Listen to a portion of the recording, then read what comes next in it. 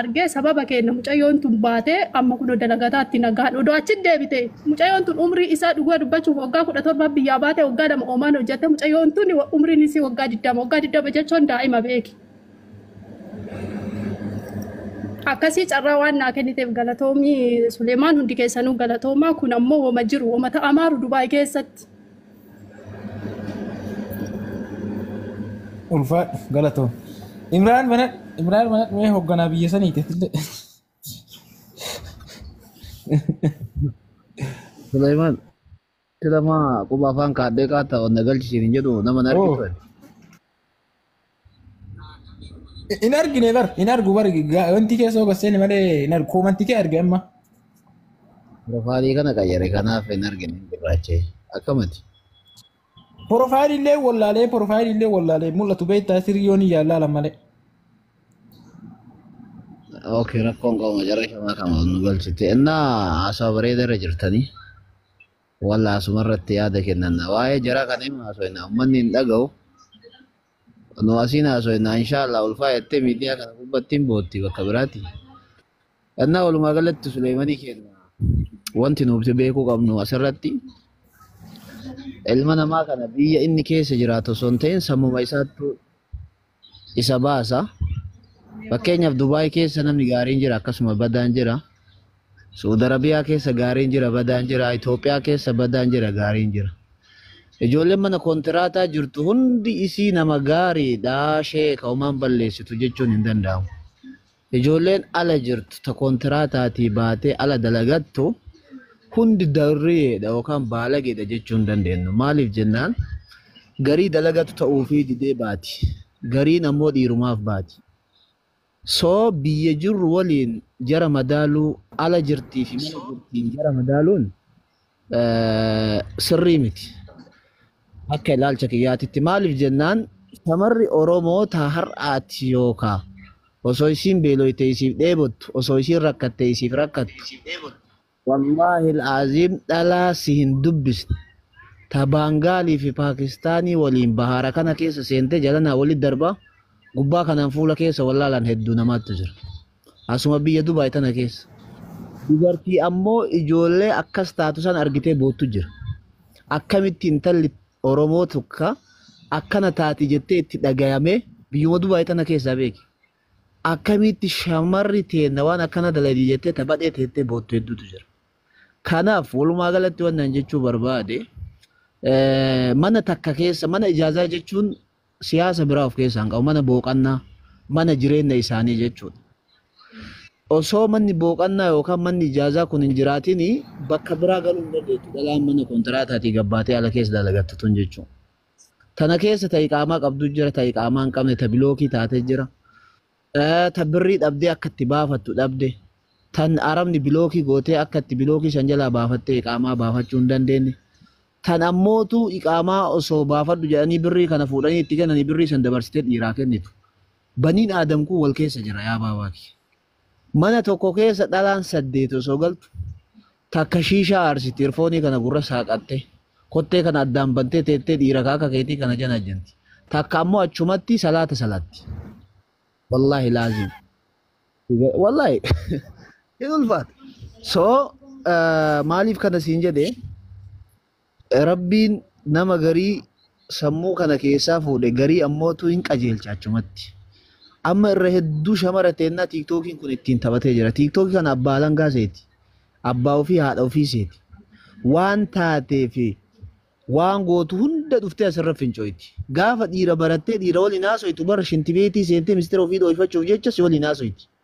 Gaafa dhiira bakka sanii dhabde garuu tiiktookii kanarra dhuftee wallahi bakka madaa ofii waan taate kulli asirra dhiftee gadhiifti. Gaafa kana namni wayita isii dhageeffatu isii kuwaasii godhataa jira malee dhibee isii saniif mana yaalaa yookaan marfee yookaan kiniin hin ta'uuf. Kaleessa gaafa miidhamtu gaafa dhiiraan wal bartu tiiktookaan hin mari'anne anaaf si hin mari'anne. Gaafa miidhamte ammoo tiiktookitti fiiguun dogongora sammuu isiiti malee wallahi al'aaziim biyyi isiin keessa jirtu hin miine. Dhiirri isiin baratte sun osoo isiin jalaa hafte haala amala isaa laalte hin miine. Mee dhiira kamtu mana kontiraataati dirqiidhaan harka qabee makiinaa keessa kaa'ee mana ijaajaa fidhattee addaati. Mee dhiira kamtu dirqiidhaan luka isii lamaan jidduu seena jetta. Dhiira kamtu dirqiidhaan biyya Arabaa kana keessatti tumee afaan keessa dhiitaa birrii irraa fuudha ergitee ati viidiyoon akkasii si bira geette lubbuu ofii baasuuf jecha birrii itti kennitee jenna gaafsan. Fedhiidhaan waan hunda goote yoo ammaaraacii dhabdee waan taatu wallaalte usuleemanii kiyya abbaalleen qabu haadhalleen qabu eebade lafee kiyya maal ta'a jette haadhaa fi abbaa dhabuu waan biraa miidhama karaa kanaatiin miidhamuu waan biraa sii galee soo wanni akkanaa kun barbaachisaa miti. Gaafa intalli takka diqaalaa dhalte baangaalii irraa fuute ilma Oromoo irraa fuute namni gaafsan daanyaa jara lamaan jidduu ture jira hin jiru bar namni tokko ijaan hin argine. Garuu isii yoo as Dubaay keessatti afaan tolfattee waa himatte Suudi Arabiyaa taa'ee dhugaa jette gurbaan sun hin miidhe wanta takka osoo addaan hin baafatin. Sii galee gaafa luka lamaan jidduu wal seenan san namni baatirii ibsaa jara lamaan jidduu ture jiru. Maasi fakkaate Usleeman ajandaa kanarratti hin jirre ajandaa nama fidee ijoolletti manatti fidee namatti dhukkaamsatti ajandaa shamarranii kana yeroo baay'ee ni dubbatan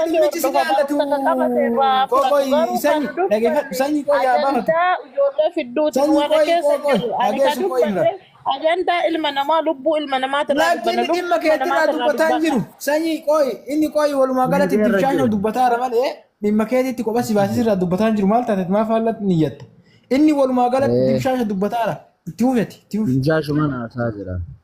Innaa kanaaf akkasii ka dubartoota teennaa akkasii beektaa nama dimshaa shumaan haasaa jira dhiifama daqiiqa mala manaa kenni ka Maammadoo illee ila Maammadoo kaalsii dheeraa jilba godhatu ka boorsaa lama kiisii duubaan kaayatu deebee wallahi laazim ka akkanaa kanatti hin kalaayina isinii galee ka akkanaa kun akkuma keessi isaatii fi uffannaan isaa qoshaasha keessi isaa illee qoshaasha sii galee biyya Arabaa kana of barate viidiyoo naa ergin jedhaanii dhalaa viidiyoo hin ergisiisa gaafa kaanii viidiyoo kana itti dhaadata Usuleeman waan si ajaa'ibu mucaa wayii jaartii qaba jaartii manikaa Sambooda jaartiin bakka itti tolee beektaa eegee kanallee babbaaftee mucaan mush jedheera beektaa kacabe boqoo kana maraan kacabe sii galee intalli harkaa baafattuu kajeellaan maal godhe beektaa intaloo adaaga wal'aanii isiin irra seennaan biddilibsii kana irraa achi qabee meeshaa kanaan ta'e addaan qabee viidiyoo waraabe wallaahi billaa biyyuma tana keessa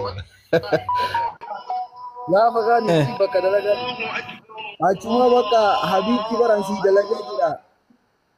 Si argisiisa jedhee akkam si argisiisan viidiyoo na bira jira viidiyoon kamaali wallaahi gaafa akkana ol gadabbatamtee ati raftu baran viidiyoo si waraabe hin argita amma tiiktookii irra gadhiisaa miti akkana dhaadata baniin aadamaa biibii kiyya amma akkatti waliin nyaatanii waliin dhuganii fi akkatti waliin ciisanii waliin ka'an dhabee jira namni maaliif jennaan xiqqoo jennaan homa gara tiiktookii kanaan fiigan laal nama dhiira jaartii ofii mee isiin amantee jaarsa kiyya jettee dalagaa eega dalaganii biyyi dadhabee gara hirribaatti seen wanni inni hirribaa dammaqee viidiyoo san waraabuuf sila Finfinnee fidee dhaabuu edamoo sila siidaa wayii nuu dhaabuu edamoo akka jeneraal Waaqoo guutuu kanatti seenaa dalagee.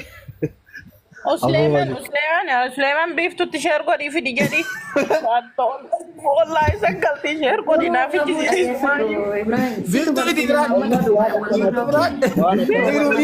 yeroo hunda saahiba jaartii teetiti jaartii wajjin wajjilleen suuraa gadi dhiifti sheer godhi naaf fidi Dr. Biiftuu. Ilma namaa lubbuu akkas gooti. Ilma namaa lubbuu ajjeesaa jirti manatti sheer godhii fidi. Imri Shaafii fidi si qabne fidi sirra kenne saahiba jaartii teetii teegeedha. Jala ga'e Suleeman dhaqiiti Dr. Biiftuu jala gabbuu iti suulaalaa sheer godhii fidi ilma namaa lubbuu manatti dheedaate irratti maxxaa fidi deemi. Olla bakiyya galtii bar. Kanaas fidi kaayyee. Fedika ati waan kana qoy kuban qabdure wallahi amma ijoolleen himata jiran beektan jeeyotan nama hedduu himataa jira waa kana waasoo bijanii jaalata bar fiidoo leeka Maammadoon barate bar sirratti barsiituu awwala fiidoo inni shamara waraabe kanaafuu Maammadoon fiidoo waraabu barate okay ati ciitii kee maal dhoosita qoy itti gaafsal Okitti isaatu Ati mbak dosi intala dia na bari ati nikah male ujala kan Oke, mas nikah dan Usleman dugara bisit dugara bid dubbanna isuma ayu fidi jadi wallahi sakalti kubata ma fidi jadi duga olbate samaran tawani rahim dubbatini hattu sibira jira ilma nama tuamti duraga fidi Ibnu Dr. Biftu Sanfit. Ibnu Fit. Dr. Biftu Sanfit. Mau makale sasa ni mau ambirat tufattara mem. Nanda ambrat Wallahi nama ani akka media kan arge namu magarummaa mijatti sanii himuun agarre nama mijatti sanii matu malee. Ani mijatti san kaleessa gaafa hindi deemte tasgab baasini halaalanii ati waan akkana osoo dala ishillee waan akkana dalaguun qabdu isinii ilaalla jedhaanii ture sii galee.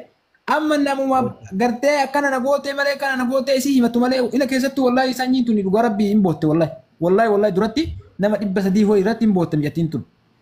Messi sa video wanti kun dhugaate wallahi sirreessu fi malee waan biraati himiti. Keessallee warra jirtan dubbisa. Inni leena beeka yeroo inni dhamee bahe tokkollee hanga namummaa tokkooti tiktookii kana irratti nu dubbisa inni leena beeka. An nama wal ga'u miti inni leena beeka. An eenyumallee waliin ga'u nama tokkollee waliin ga'u. Ani nama akkasiitillee miti warra gaarirrallee bahe naaf fidaa mijattii tana qofa barbaada. Ani immoo nama haqa namaatitti barbaadu lubbuu ilma namaa ka isiin manatti akka guddiitti goote. Waas jala fuute moo hiriyaatee irraa waa fuute? Jaarsa bira fidatte sana boo. Mucayyoo jaarsa bira fidattee jaarsa jala intinii godhan sani mallaqa ganaa jaarsa leetter. Jaarsa lee dakuma isiin jette kana jedhee himate Imraan. Jijjiiramte? Barakaatu. Waalaikum salaam. Jaarsa jala qoqqobbii nyaataatiif qoqqobbii mallaqaa irra keette wallahi.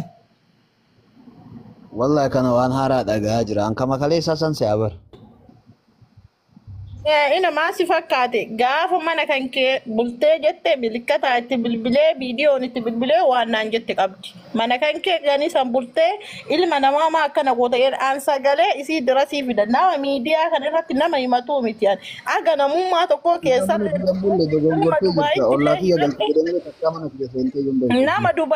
nama Dubaayitti illee himadhe nama hunda isaatittuu himadhe ani garuu immoo nama akkatti miti wallahi keessa namaan beektu keessa qabattee nama alaatti jedhe mana xalafaa jiruu fi kaayyoo kee akka qabu ganna qabe malee ani wallummallee yoo taate intala akkasii san udhe gadi sii fuudha. Hin beeka. Kannaa omoon daakuu isii mana kiyyan galtu. Wallahi.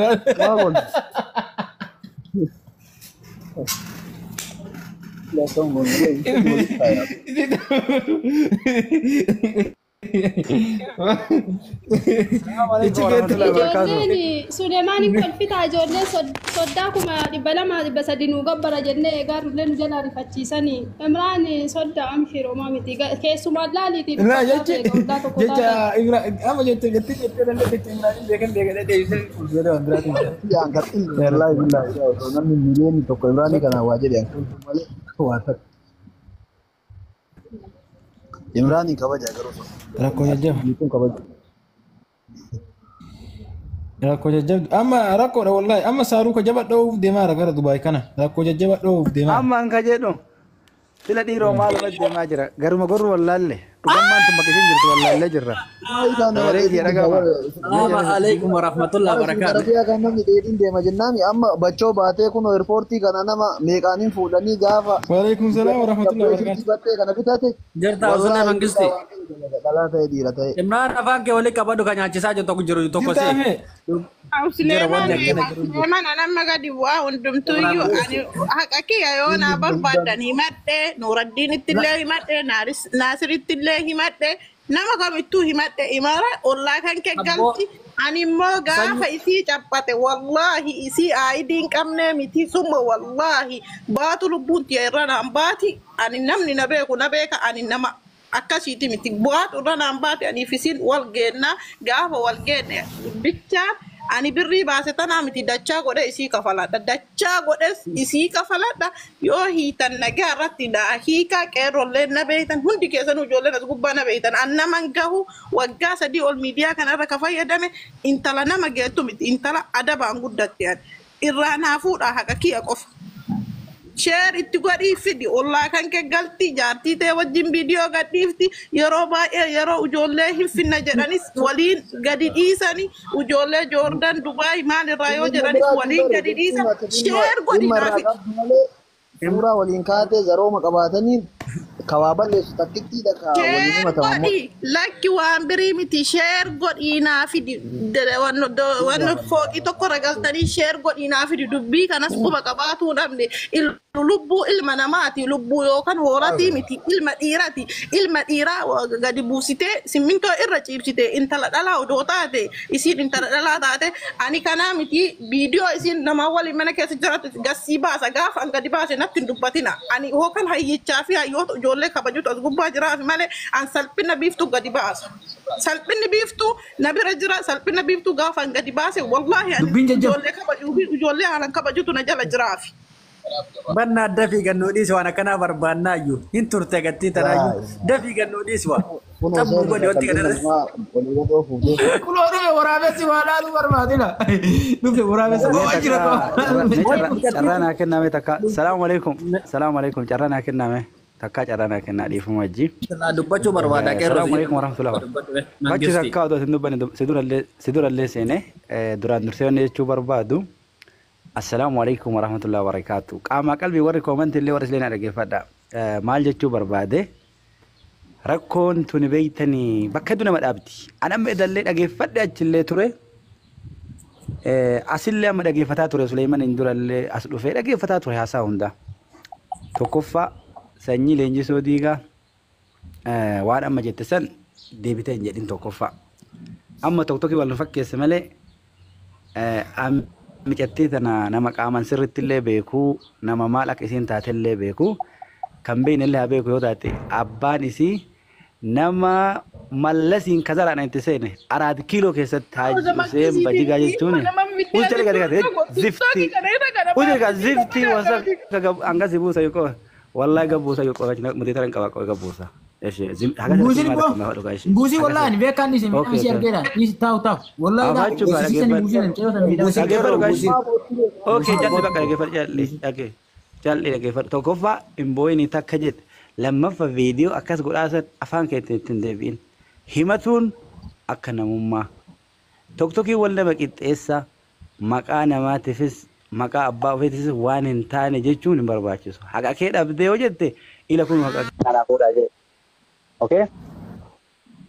Kanaafi anamma akka isiin himattuun den dhagaa asirratti maaliif of seenuu jibbe beektanii odoo haasawa isiin ta'in bakka waan abbaa isii beeku. Okay, bilbileetiin na dhabu'aa jira dhiifama.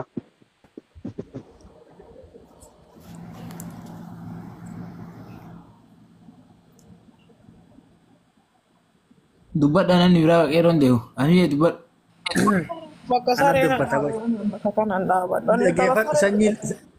Sanyii leenjisoo diigaa laalamma namni hundinuu si arrabsaara dhugaa dubbachuudhaan yookiin dhaqee ajjeese namichatti yookiin immoo viidiyoo si gannuu lakkisi yoo nama taate suma dhugaa inni keessa irratti siin baatu yookiin immoo waan gaarii nu kafalee waan kee irraa siifuun yookiin viidiyoo si gannuu darbe yookiin dhaqii darka du'i yoo ajjeesu illee dadhabde. Eshi waan gaarii Allah ka akkaawuntii irra waa darbisiifatu ammadu.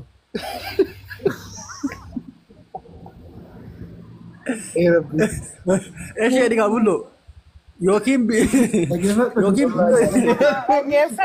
kun dhaaba dhariyaa dhufe dhaggeeffatu isiniin qalladanii an qalladulleen barbaadu Suleeman isinumti keessanuu dhaqaa keessan akka kee irraa naan fuudha yoo akka kee irraa naan fuudhini an akkuma jedhe Suleeman turallee siin jedhee jira.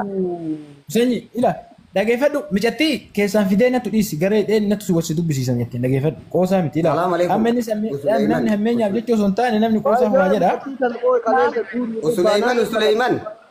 Sulaiman Imran koi Imran takka qofa carrana kenna Sulaiman ila koi sanyi amma mucatti Imranin beeka olla galtii jedhe dhumateera maaliif jennaani dhugaa dubbachuudhaaf hay xiyaqa abbaa fedhe ilma obboleessa keetii ilma adeera keetii yoo taate haqarratti waan haqaa tokko deeggarta waan haqan taane immoo mucattii sanitti illee dhiibuun hin barbaachisu mucattiin tun dhugaan himattee Imraanis mucattii sanin beekaa ollaa kiyya galti jedhee nama akka quuqama hawaasaa keessaa nama waan kana dubbatu keessaa Imraan isa tokko dhugaa dubbachuudhaaf ana yoo walitti dhiyeenya qabaanne fakkeenya dhugaa jirtu walitti yoo himne waan tokko haasoyne Imraan giddiin irraa fuudhi miti Imraan dhayii miti Imraan qabsiisii miti mucattiisan yookaan waa jedhiini miti Imraan mucattiisan bira dhaqee yoo dhugamaan dhugaa taate namni nama hin beekne magaalaa takkarraa magaalaa takka deemee nama kun yoo waan akkanaa kana balleessi jedhan waan kana gaafachuun dirqama oromummaa dirqama walitti qabnu Imraan dhaqee mucattii tana maaliif akkana goote jedhee laayivii kanarratti yoo naannoo jiraate ammumarraayyuu laayivii kanarratti maaliif akkana goote gochi kun keeti moo keetii miti abbaa ofirraa deebisa sannu deebiin qabu kanaafuu dhugaa dubbachuudhaaf ilmi namaa tokko amma yeroo ammaatti ani hunda jala taa'ee caqafataa ture yeroo shamarri haadha irraa dhalatte obboleettii qabdu saba animmoo obboleetti jettee eeggattu nama gizee rakkate mataan bowwaafate miilli isaa boba'u waan akkanaa gocha akkanaa irratti dalaguun dhibbaan dhibbatti akka nama tokkootti balaaleffachuu qabna akkuma nama tokkootittuu jechuudha. Kanaafuu mucattiisan amma qalbii keessa na hawaasni kenna maal haasa dhimma mucattiin himatte dhiise dhimma Imraan haasa ummata akkanaan agarreen ummata rabbiin waan akkanatti dhadha'ee biteef hin beeku. San Imraan fakkeenyaaf miyyee waan dhimma dhuunfaaf miyyee galcha malee waan aanolee galchuun jiru. Waan yookaan Suleyman hin galchuun jiru. Kanaafuu waadaan Imraan amma nuu galu dhaqee mucattiisan qaaman isii argachuu dhabuu dandeetta. Hattuun bakka hin qabdu yoo barbaadde dursa odoo waan hin argine nama waa jechuun hin barbaachisullee. Odoo Imraan bira dhaqee mucattiisan maaliif waan kana balleessite jedhee laayivii kanarratti mucattiisan Imraan nu dubbisuu qabaa jedha dhibbarraa dhibbatti yaa. Yaada kiyya kun. Tanu maa dhiirtu? Ai xiyirtu tan.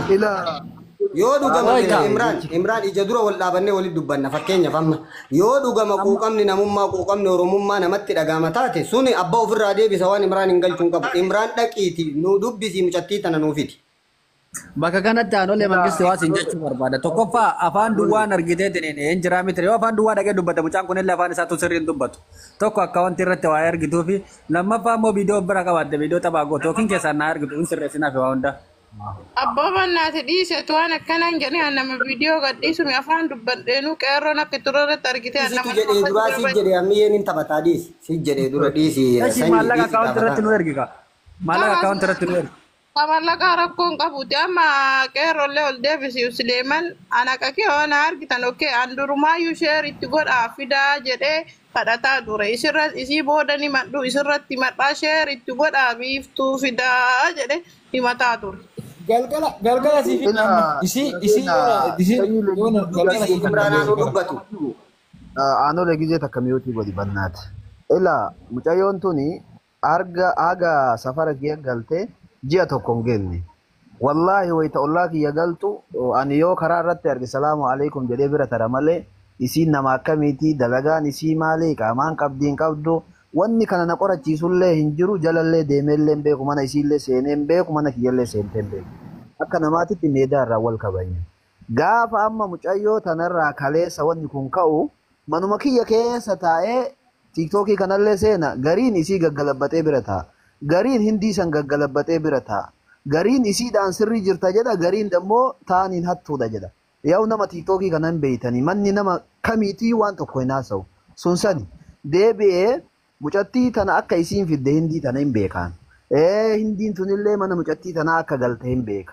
Garuu gaafa fiddu birrii meeqa irraa fuute akkamitti waliin dubbatan erga mana isii kana mucayyoon tun geette mana keessatti maal nyaatan maal walitti haasan maal walirra dalagan እኔ ምንም ያውቀው ነገር የለም ኦላኪ